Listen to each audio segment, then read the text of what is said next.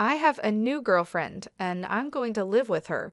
I'm divorcing you, and you need to go to your parents. I don't understand what you're saying. I don't need you anymore.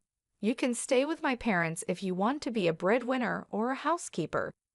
Julianne, you understand. My in-laws and my husband laugh at me. They are the worst kind of people. But for me, it's better this way, so you all need to leave. My name is Julianne, and I am a 35-year-old office worker. I have spent my whole life working. After graduating from college, I started working for a major company. For about 13 years, I worked hard and earned qualifications for promotions. Thanks to that, I am now a department manager at a young age. I am blessed with a boss who always has something useful to say and a team of highly motivated and talented subordinates. My work life was very fulfilling, but my personal life was not at all. I had a boyfriend once when I was a student, but none since I started working. Worried about my situation, a friend of mine hosted a dinner party for me. That is where I met Jake. He was kind, had a nice smile, and seemed very personable. Since he was the same age as me, we had a lot in common and enjoyed talking to each other. We soon became friends, exchanged contact information, and started going out to eat alone together. Then he confessed his feelings for me, and we started dating. We got along well, he proposed to me, and we ended up getting married. I was so happy to be married to the man I loved so much. Soon after, I went to his parents' house to meet them. His parents were very kind and welcomed me with open arms. Julianne, it's nice to meet you. I can't believe such a beautiful person became Jake's bride, they cried. I am so proud of my son for bringing a good woman here. Hey, Mom and Dad, stop it. Julianne is getting scared. Oh my, if you really think so, you can say it. That's right, it's a compliment, so it's okay. His parents were very friendly and easy to talk to, just like him. Julianne works for a major company, doesn't she? Oh, that's great. It's cool to be a woman who can work hard. Will you quit your job when you get married? No, I'm going to keep working. Well, you've got a good job at a good company. That's better. I was relieved.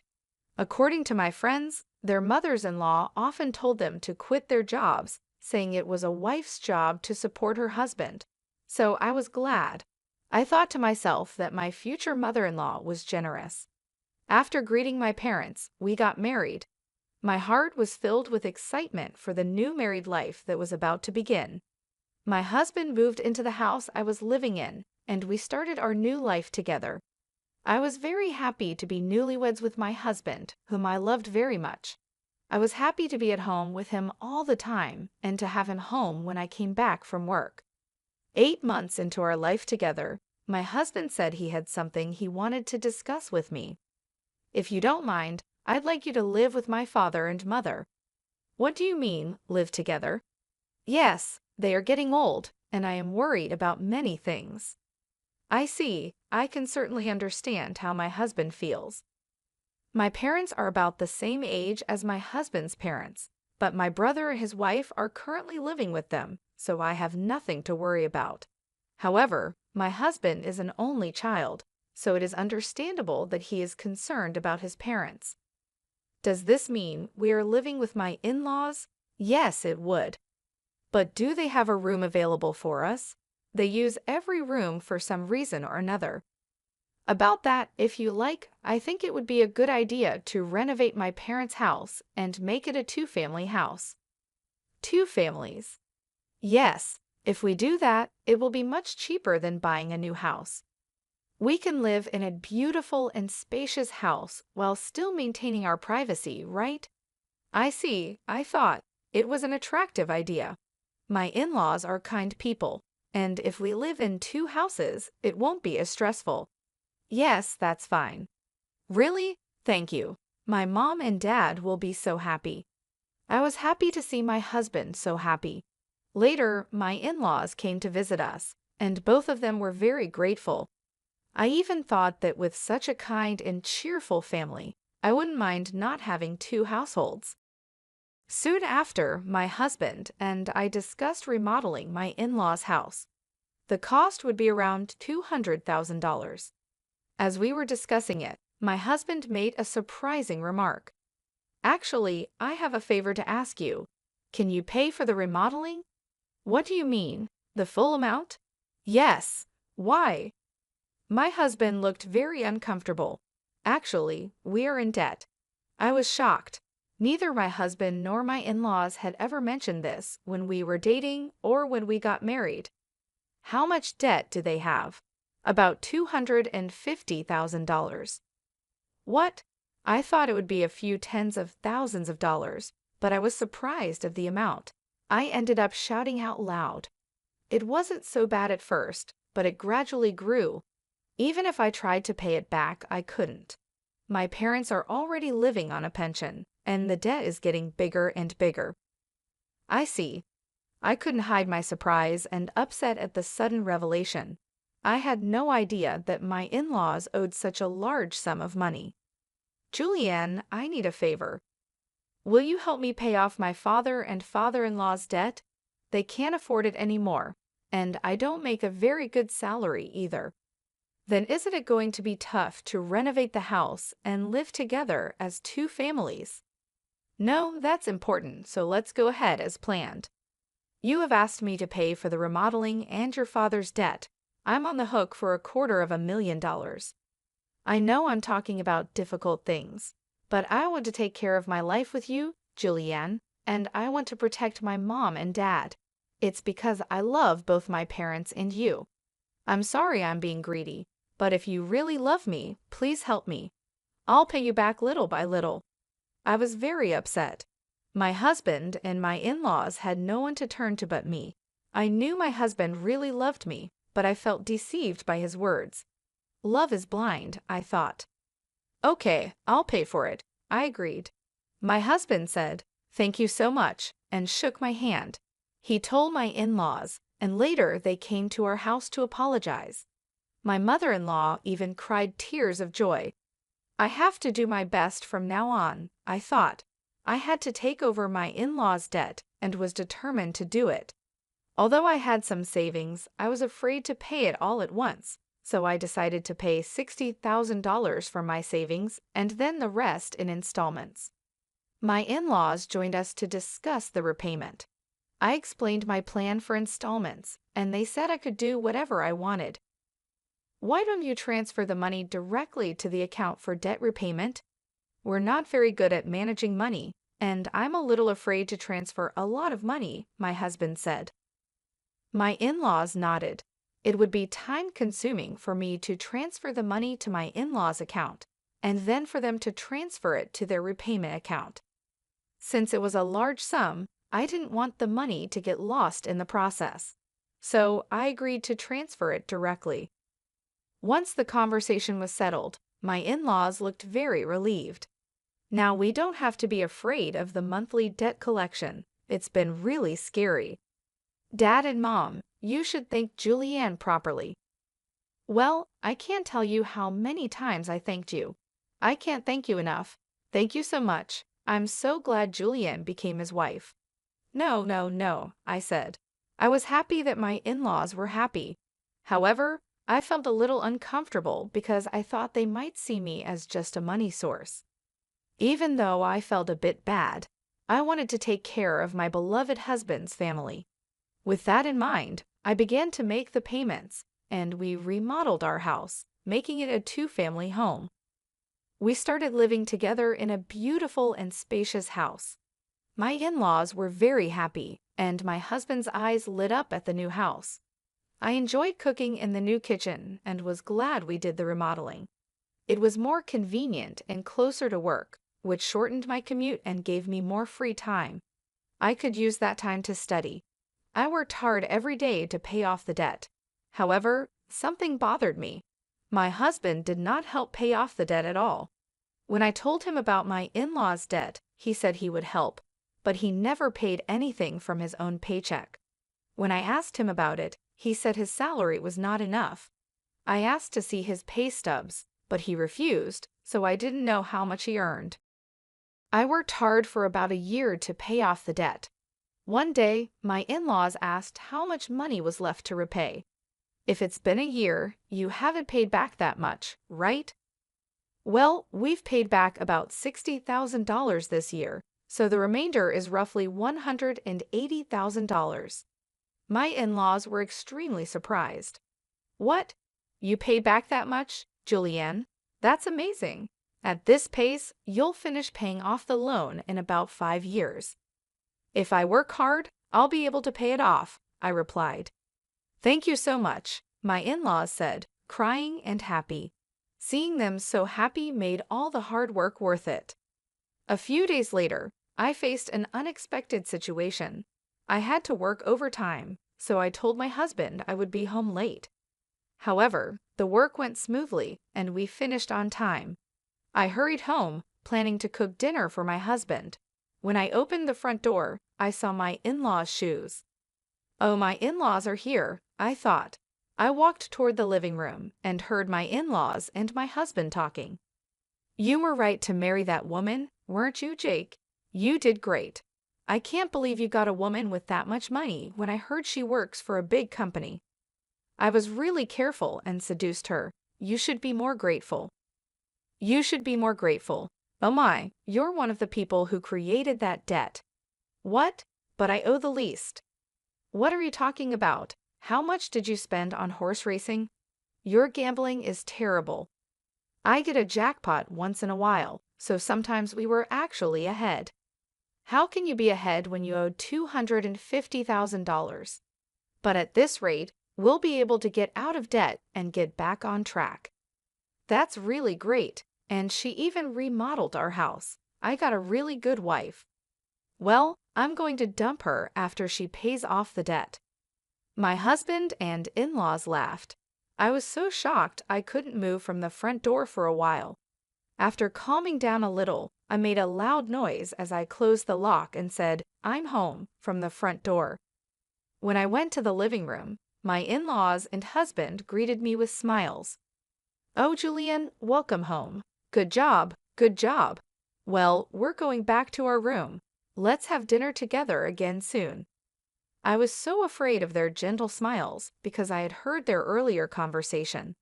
Seeing my husband pretending to be a good husband with a smile on his face shocked me. I wondered why I had been working so hard to pay them back. "Didn't you say you had to work late today?" "Yeah, but I finished earlier than expected, so I hurried home to cook dinner." I tried my best to act calm until dinner, so my husband wouldn't realize what I had heard. Later, when my husband was taking a bath, I stayed in my room and cried alone. Crying as hard as I could made me want to get back at my husband and in-laws. From then on, I acted quickly. I began to prepare for the divorce and made plans for what to do afterward. About 5 months passed. I pretended to be happy and told my husband that I had paid off my in-laws' debt. My husband's eyes widened. "What? You paid off the debt? That $250,000? That was supposed to take roughly 5 years, right?" "Actually, I have quite a bit of money saved up, but I was afraid to pay it off all at once. So I started taking out a little bit from my salary and savings. But we were already below $200,000, and I thought it would be better to pay it all off at once." "I see," I said. Then I asked, "Do you mind if I check?" and showed my husband the bank book. Oh, it's true. $180,000 was paid all at once. My husband tried to hide his excitement, but I could see he was itching to get out of there. "Wow, Julianne, thank you.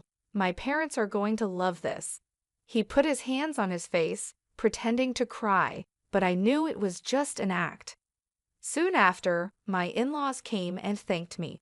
"Thank you so much. I'm so glad I met Julianne. You're like a blessing." If I hadn't known the truth, I would have been happy to hear their thanks. But I knew what they were really like, and I only acted nice because I was ready for my plan. A few days later, my husband asked to speak with me. He looked very serious. "What's going on?" I asked. "I'm sorry, Julianne, but you have to leave me." "What do you mean?" I acted surprised on purpose. I have a new girlfriend. What? I'm going to live here with her, so I'm divorcing you. You're going to my parents' place. I was shocked by Jake's unexpected statement. I knew from overhearing their earlier conversation that my husband would leave me once the debt was paid, but I didn't expect him to openly declare his infidelity. What did he mean by sending me to his parents' place? I don't really understand what you mean, I said. My husband's mood turned sour. You're not very understanding at all. I don't need you anymore, but as a breadwinner or a housekeeper, I can keep you here. Then the front door opened, and my in-laws came in. Jake, did you finally tell her? Yeah, I told her. I wish I could have been there for that moment. You can come to our house if you do the chores for us. Of course, we'll charge you rent. My in-laws and husband laughed at me. They were the worst people ever. All of you need to leave, I said. My in-laws rolled their eyes at my comment. What are you talking about? Have you forgotten? I can easily pay for the renovation myself. You changed the name of the house to mine, so I have the rights to this house. I could decide who lives here and who has to leave. My in-laws' faces turned pale at my comment. They finally remembered about the house title. I was really dumbfounded. I'm sorry, but you can't live here anymore. If we get divorced, you'll be strangers. My in-laws realized the seriousness of the situation, but my husband, not wanting to be outdone, retorted, "But you took over our debt and paid it in full. You're the one losing money. If we had no debt, we could at least afford a new place to live." That's true.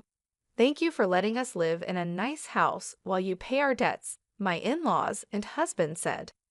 I'm sorry, but I didn't pay off the rest of the $180,000 debt. What? No, but you had money missing from your bank book. That was just a separate account I created and moved money around in.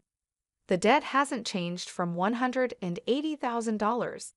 I just haven't had the collections come yet because I've been paying large sums continuously. But it's time for them to come, so you are responsible for paying the rest. My husband and in-laws were shocked. Then I warned them, Jake, you told me you were having an affair, so you should pay alimony. I'll charge your partner for the affair too. Oh no, she went out with me because she thought I had money and a house. If I have to pay alimony, she'll dump me. I don't care about that. No, I apologize. Please don't leave us, my husband pleaded. My husband was afraid of being dumped by his lover, and my in-laws were afraid of being left by me. They were truly selfish. I have nothing to do with you people anymore, no matter what you say. I have also put this house on the market. I will also have you pay the $120,000 debt I paid on your behalf through my lawyer. My in-laws froze, stunned by the loss of everything they had. I then demanded a divorce and alimony from my husband through my lawyer. I also demanded alimony from his lover and $120,000 from my in-laws for what I had paid. Actually, that renovated house sold for about $400,000. It was in a good location, and a family looking for a duplex bought it at a good price.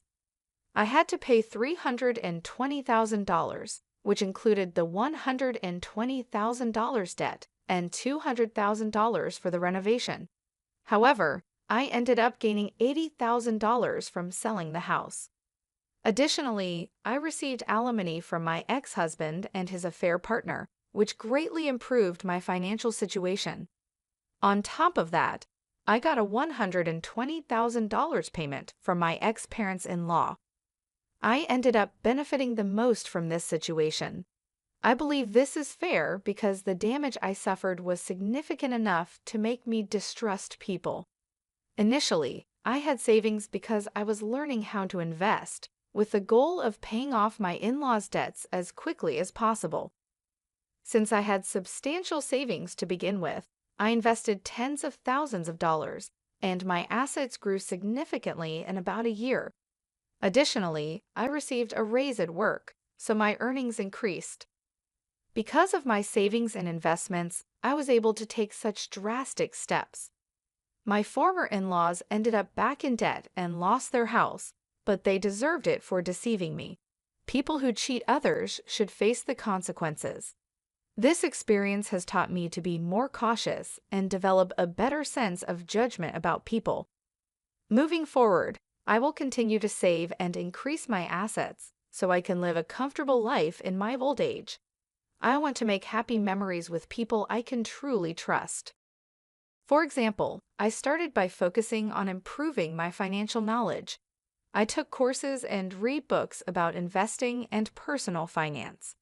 This helped me make informed decisions about where to invest my money. Over time, I diversified my investments, spreading them across different asset classes like stocks, bonds, and real estate.